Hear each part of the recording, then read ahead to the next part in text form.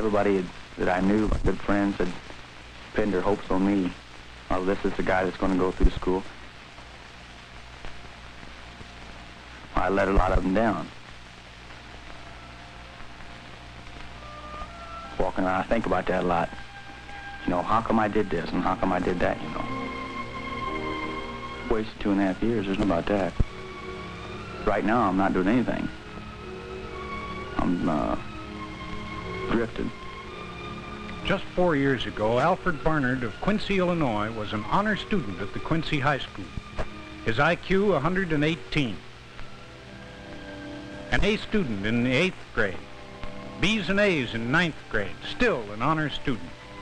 1 year later, D's and F's, failure. Al Barnard dropped out of school. One of millions of American youngsters out of school, out of work. Most of them, like Al, just drifting.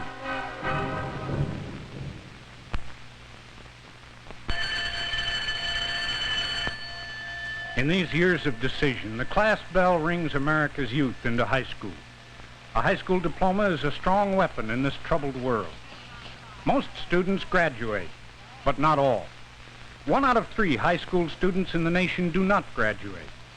1 million high school students drop out every year. In big cities, from schools like this in Quincy, Illinois. Quincy is a typical American city on the banks of the Mississippi. Here lives a dropout, Alfred Barnard, age 18. Al is not a typical dropout. No one is typical. But some of his reasons may be, and the unreasoning resentment that made him do what he did. Well, what was it in school that made you mad at everything? Well, I was doing pretty good in the 10th grade, and then I skipped school for a week one time, and I got a few lectures on it in front of the class, and that kind of made me a little angry, so that kind of built up in me, you know, and I just quit. You think it was impulsive now? Do you think it was ill-considered? Yes, I do now. I definitely need schooling. I think anybody does. But at the time when I quit, I didn't think too much about that. I just thought about getting away from the teachers and getting a job and making money. As soon as you quit school, what did you do? Well, I looked for a job, and I found one right away at the shoe factory. And I worked there for about 9 months, and I quit because the work got monotonous and so on. Do you remember what you were thinking about when you went into this long period of skipping? Why did you want to skip? I can't think any reason for that. Me and this kid just decided to skip, so we skipped. I mean, there wasn't any reason. Was your school work up to snuff? Yes. Well, Al, some of these teachers indicate that there was a very sudden change in your attitude from good work to bad work. Can you remember anything that happened either in or out of school that would have caused a very sudden change? The only thing I can think of would just be skipping school. There was a lot of things that were connected with it, but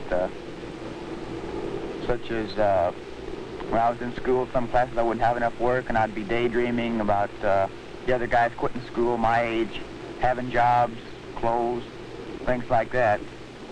But I think the big factor was the lecture on skipping school. Well, when you went into this final period of skipping, why did you suddenly decide to start skipping school? I think it just come on all of a sudden. I mean, the guy says, let's skip. I can't remember who said it, but it just happened. There was no reason for it. What about work here? Is there any kind of work that you can get that you'd like? No, there's not. There's not much job opportunities at all. Do you have any notion about what kind of work you'd like to get? When I was smaller, I always wanted to be a lawyer, but I think that's kind of out of the question now. Without a diploma, a lot of things are out of the question, in Quincy or any other American city. Towns like this were not built on schooling. When Abe Lincoln matched self-education with Stephen Douglas in Quincy, Illinois, few men went far in school. Later, substantial Families built lives and homes on thriving river commerce and industry. Quinceyites thrived with them. At least some did. Others still struggled to raise their standards. And now education through high school is their first hope. Among these people, school dropouts reach their highest level, 60%. This is nearly twice the dropout rate in all of Quincy. Even with a diploma, jobs are not easy to find in Quincy factories. For those without a diploma, jobs are still harder to find. Al Barnard lives here in Quincy's Indian Hills. It is low-rent housing. Most of his friends here are dropouts. Many parents in Al's neighborhood did not finish school. They don't understand schooling. Many are unable to help their children with schoolwork. There's no contact with teachers. They don't speak the same language. The environment favors the dropout. Al is a redhead. When he was younger, he was small for his age. He had to learn to make himself respected. He is independent by nature, even obstinate. Again, his environment encourages such attitudes. He swaggers a little when he walks. That, too, is in style. But such attitudes, even if desirable in his world outside school, were hard to shed when the school bell rang. The police in town know Al Barnard. They know many dropouts. Al was bright in his early school days. School was easy for him, too easy, if anything. But his older brother and sister quit school, then his friends. He found himself the last kid in his group, bringing school books home at night. The others seemed to have jobs, at least some of the time. They had money.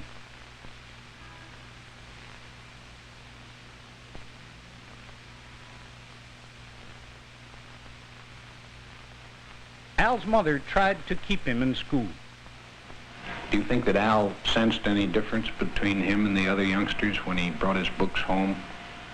Yes, I do. I think that he would study of an evening and the others were out playing or anything, and I think they kind of laughed at him a little because he studied so much. Mm-hmm. How did you feel, you and your husband feel, when Alfred finally quit school? Well, we were pretty disappointed because we wanted him, he was doing so good, and we wanted him to finish his high school at least. Did you ever talk to Alfred about back in the times when he was doing pretty well in school? Did you ever talk to him about maybe going to college? Well, no, we never had discussed college. Ms. Barnard, tell us a little about Al when he was a younger boy in Hull. Well, he was a good little boy. He'd come in and take his naps when he was small, and of course when he got a little older, he scrapped around and played with the neighborhood children there, and he had a lot of friends. And of course he went to school down there, and the boys and girls would come to the house to play. And was he a pretty scrappy kid? well, yes, he was, and all the little neighborhood boys liked to come down to see how tough he was. He was willing to show them, was he? Yes, he took them all on. In Quincy, Al Barnard attended the Barry Ann Elementary School. In this school, the dropout rate runs over 50%. Al was the kind of pupil teachers remembered. Morning, Mrs. Spring. Good Do morning. you remember Alfred Barnard? I remember Alfred Barnard very well. Do you recall these comments that you made on his 5th grade report? I have never taught a nicer boy than Alfred.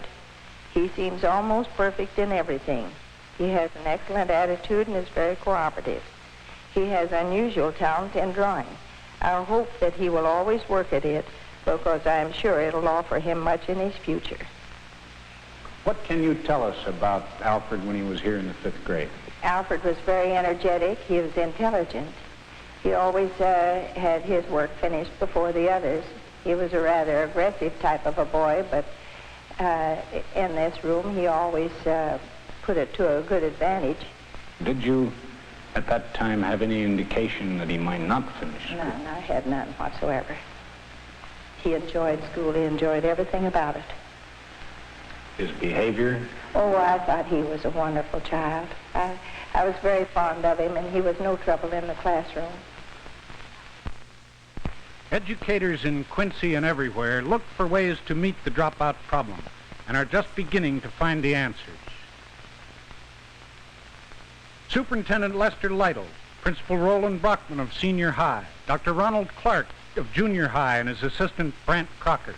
Some of the causes of dropout, I would think probably the primary consideration at the moment is the inability of the kid to feel that the school is where he wants to be. Now, this can be achieved in many manners, or is brought about in many ways. I think the economic level, the socio-economic level from which he comes is a very important contribution to this. Most of them come from the lower third. I would say that we find people, the typical dropout would be a kid who comes from a home where there's not a lot of money. And among associates, you'll find many kids who are associating with boys and girls who have not considered school as important as they maybe should and have dropped out as a result of that. The friendship is a very important thing. I think another thing is the lack of success. I think if a youngster is succeeding, he tends to stay in school. But if he's failing, that discourages him and he tends to drop out. If he has one thing he enjoys doing, he'll put up with a lot of wear and tear on the others in order to enjoy the one. Of course, I differ with you a little, Mr. Crocker, on the economic level. While I think economics has a lot to do with youngsters dropping out of school, I think it's their associates and their friends that cause them to drop out more than the economic level. I have a feeling that the youngsters do about as well in school as their parents want them to do. We have youngsters from the low economic level who are very successful students in our high school. But their parents, I think, have given them encouragement. And I think it's a parental problem as far as dropouts are concerned. This may well be. I do think, however, that we as school people must do everything we can to see that this condition is alleviated. I think that we can instill in parents more positive attitudes by our own actions. I think this can be an important part of it. I think that's right. And I know that this past year, or 2 years, we sent these counselors into the homes to visit the parents before the youngster comes into school. One of the first contacts with the parent in the school has been a friendly one. I think we're doing a better job holding youngsters in school than we did before. I wonder if we could talk for just a second about a specific case. Here's a young fellow by the name of Alfred Barnard, who in 5th grade had comments like this on his report card. I have never taught a nicer boy than Alfred. He seems almost perfect in everything. In 6th grade, Alfred continues to do good work. He is an excellent student. I believe that Alfred could do anything, and I hope the best of opportunities will open up for him in his life. Straight A's, S's, all the way through 6th, 7th, 8th grades, 9th grade, a little drop-off, 10th grade, out of school. Ah. And what are the causes of that, would you say?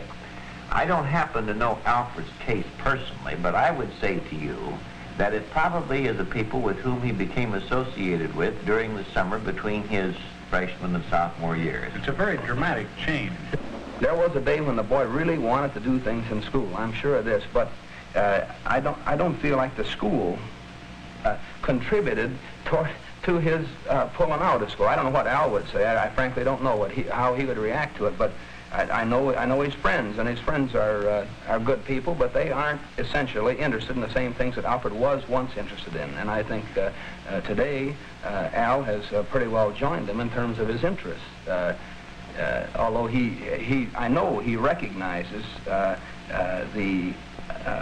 thing that he has done, and I'm sure that in many respects wishes that he had done things differently. That's right. Sure. Yeah. One specific thing that he points to quite often is a skipping school episode which resulted in a lecture given by a teacher in class directed at skipping school, and everyone in the class, he said, knew that the teacher was talking about him, and this embarrassed him, and he got mad. But I'm sure this teacher, in her own way or in his own way, I have no idea what it would be, felt that she was doing the right thing. This is I've got to help this boy see that it's important.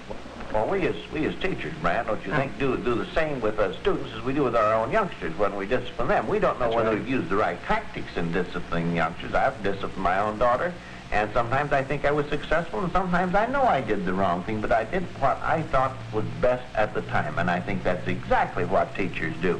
They do what they think is best at the particular time.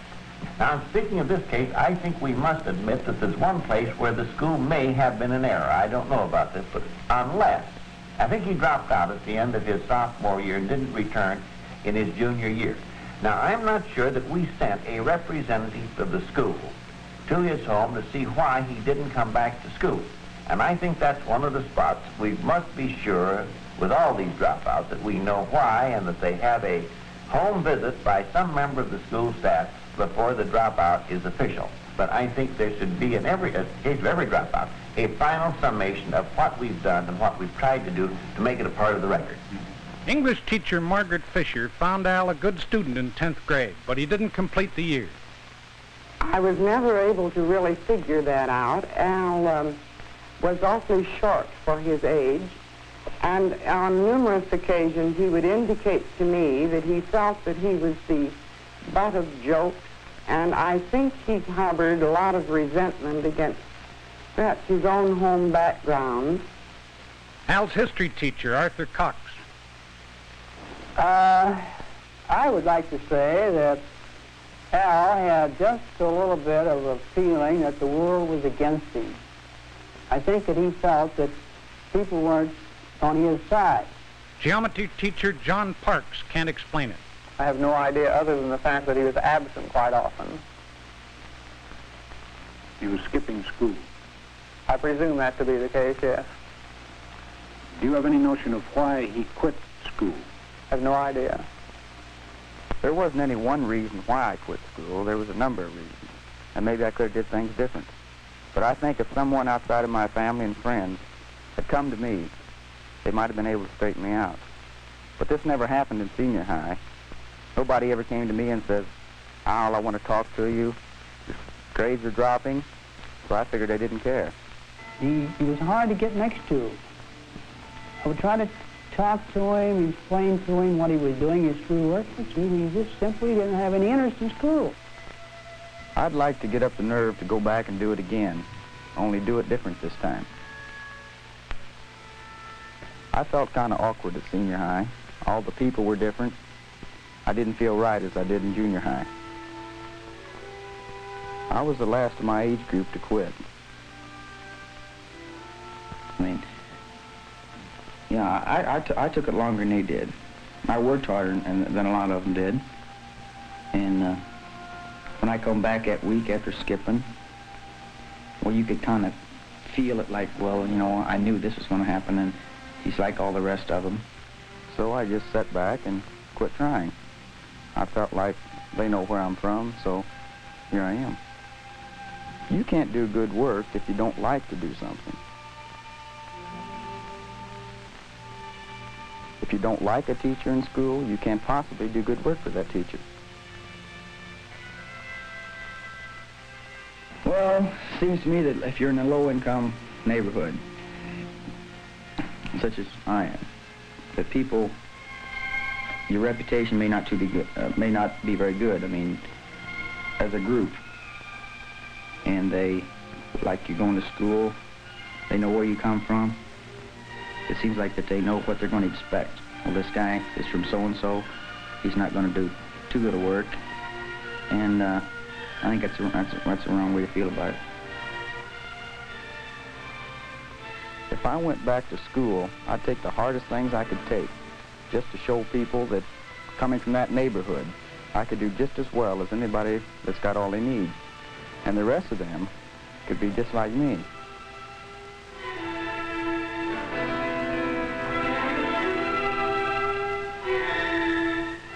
The fact is that Al Barnard, with an IQ of 118, is a brighter boy than most who drop out of school, a more talented boy.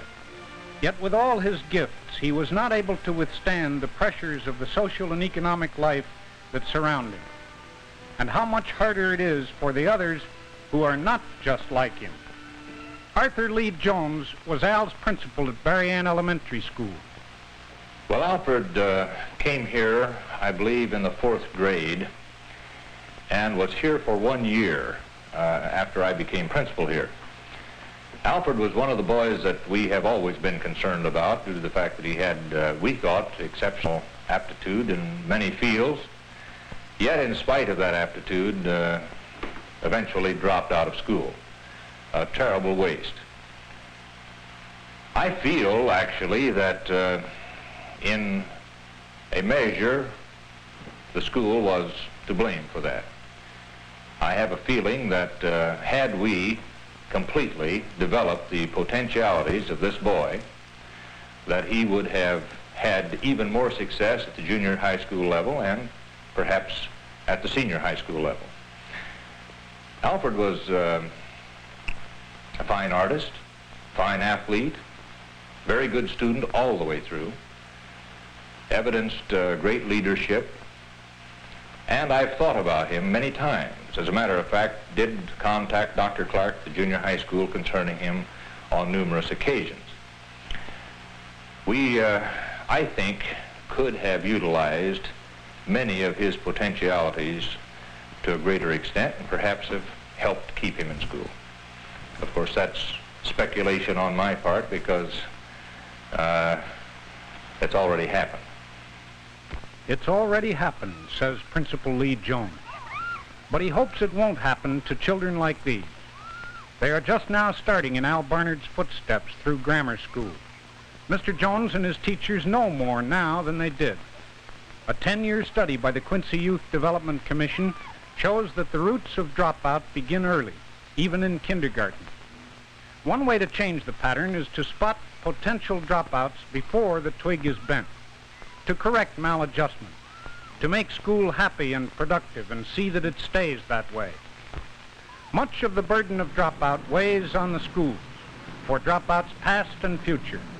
Welfare Secretary Abraham Ribicoff says 1/2 of America's youngsters between 16 and 20, like Al and his friends, are jobless. He calls it a national tragedy, says schools must revise their programs for vocational training.